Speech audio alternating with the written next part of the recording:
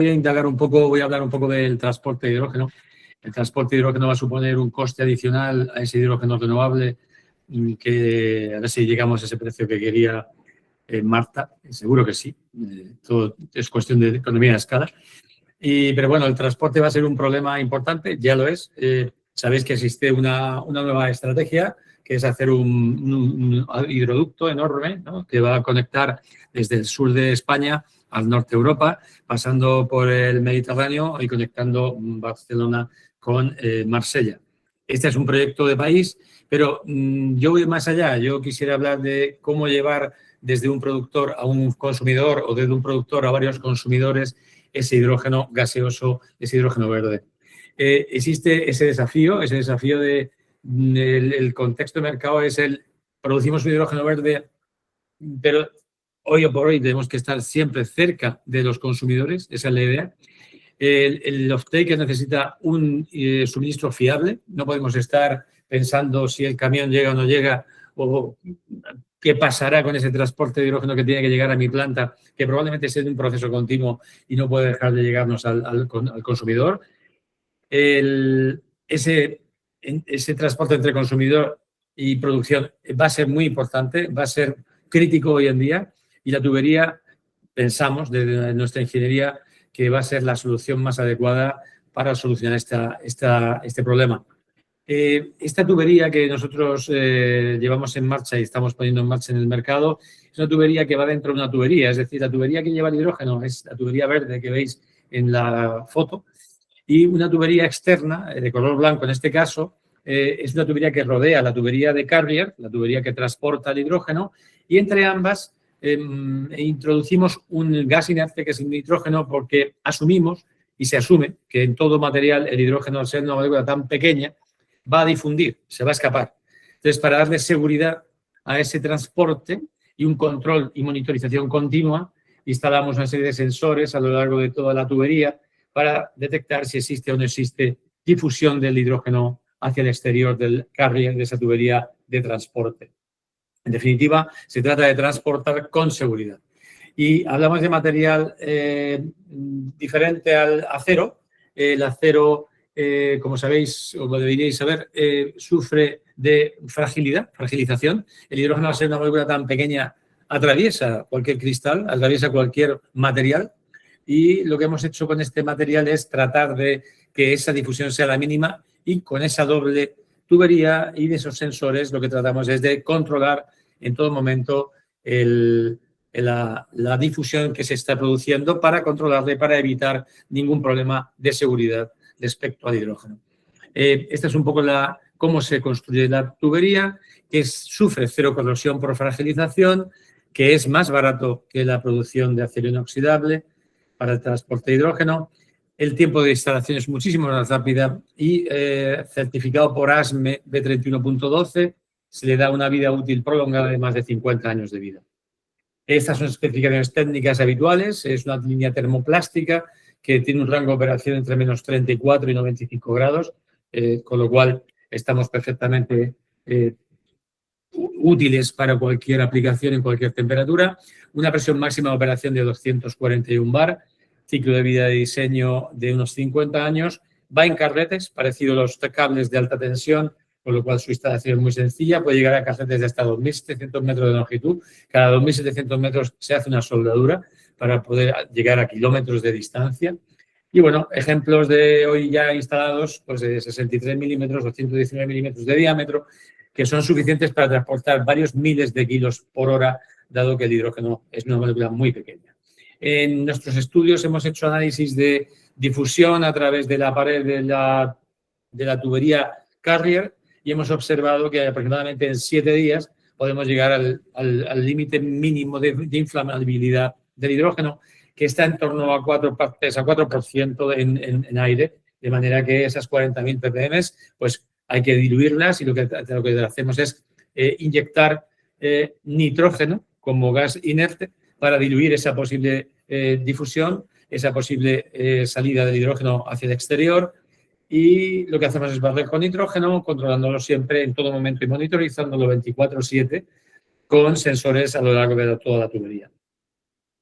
Por supuesto, es un sistema totalmente monitorizado, monitor continuo, con un control de atmosférico, midiendo la cantidad de posible hidrógeno entre ambas tuberías, una detección temprana de una seguridad total y, por supuesto, todo automatizado. En cuanto a coste, lo que tratamos aquí siempre es tratar de optimizar el transporte de hidrógeno. El de hidrógeno como gas va a ser muy costoso transportar. Si nos vamos a, por ejemplo, un análisis a 40 kilómetros de distancia entre la producción y el consumo, y considerando, por ejemplo, una planta industrial que te consumiera unas 65 toneladas día, necesitaríamos en un camión de hidrógeno comprimido unos 325 entregas diarias. Imaginaos lo que significa 325 entregas de, pues, pongamos, 150 o 200 camiones dando vueltas entre un consumidor y un productor de hidrógeno. El coste aproximado que importa sobre el hidrógeno es en torno a 1,60, 1,70 euros kilo, en el mejor de los casos. El hidrógeno líquido, añadimos además el proceso complejo y costoso de la licuación, en torno a unos 70 euros kilos es el coste que implica el transporte de ese hidrógeno desde la producción hasta el consumo. Y en el caso de la tubería, pues fijaos, más de un 85% de ahorro, es decir, en torno a 0,20, 0,24 euros por kilogramo de hidrógeno transportado. A esos 2-3 euros kilo que estábamos comentando que podría ser el objetivo final, pues estaríamos en torno a 2,5 euros, 3,5 euros el kilo de hidrógeno ya puesto en el consumidor, lo cual nos daría una cierta tranquilidad en cuanto a ser competitivos.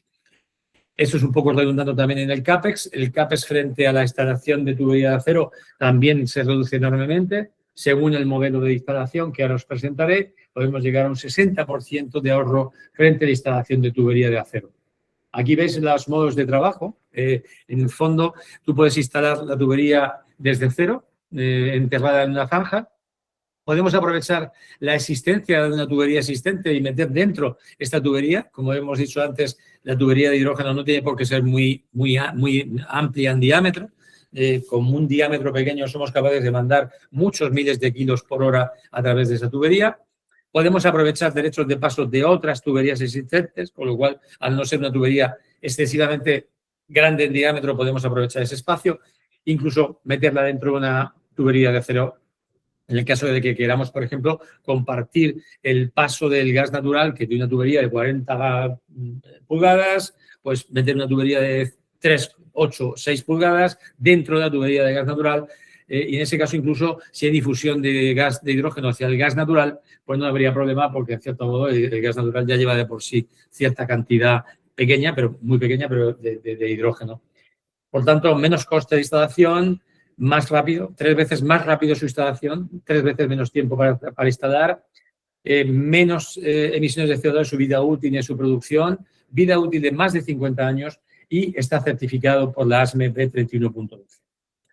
Esto es un poco el resumen de lo que acabamos de comentar, pero no solamente quiero hablaros de esa tubería como un transporte de una molécula, sino quiero hablar también de cómo darle fiabilidad a esa tubería, a ese transporte, fiabilidad, bancabilidad y verificación. Nosotros vamos en un mercado de crecimiento absoluto de la cantidad de hidrógeno que vamos a consumir a lo largo de los años. Se habla de más de 300 millones de toneladas año para el 2050, es la previsión, y por supuesto queremos que sea hidrógeno verde.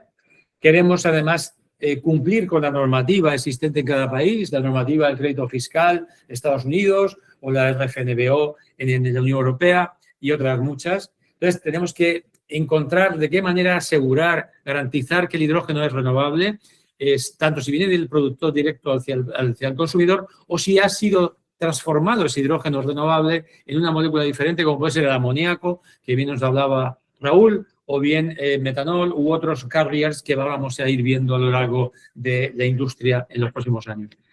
Hay que garantizar que ese hidrógeno es verde, hay que garantizar que ese amoníaco es verde, el metanol es verde. Y eso requiere una trazabilidad y una trazabilidad con fiabilidad. De esa manera hemos desarrollado un sistema por el cual podemos garantizar esa trazabilidad y esa garantía.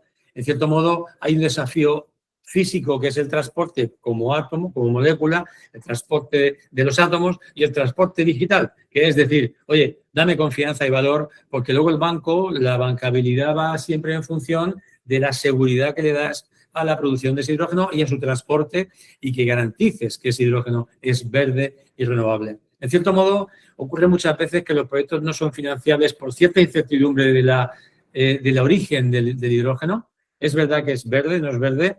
Existen ciertos riesgos en la seguridad y los permisos. Hay que tener claro que no existe un problema en las fugas de tuberías convencionales, no existe un riesgo en el transporte, es algo importante. Evidentemente, tenemos que cumplir la normativa regulatoria en cada uno de los países que se van a ir desarrollando y, por supuesto, tenemos que ser competitivos en precio. Uniendo todo este panorama que nos encontramos en este sistema de transporte, el transporte lo queremos hacer seguro, fiable y, por supuesto, bancable.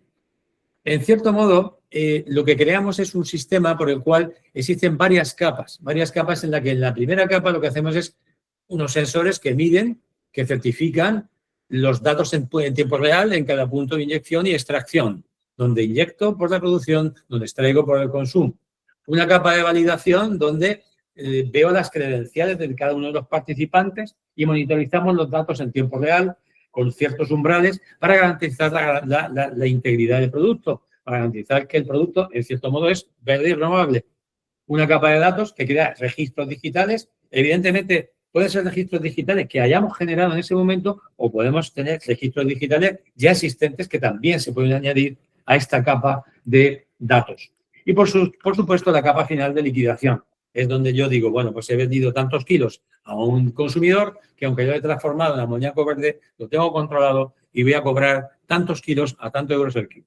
Ese es un poco el concepto de este flujo de valor desde la producción hasta la liquidación del coste final del hidrógeno que hemos vendido. Por supuesto, inyección, creación de registro, firma digital y almacenamiento, verificación del cumplimiento de normativa y activación de la liquidación.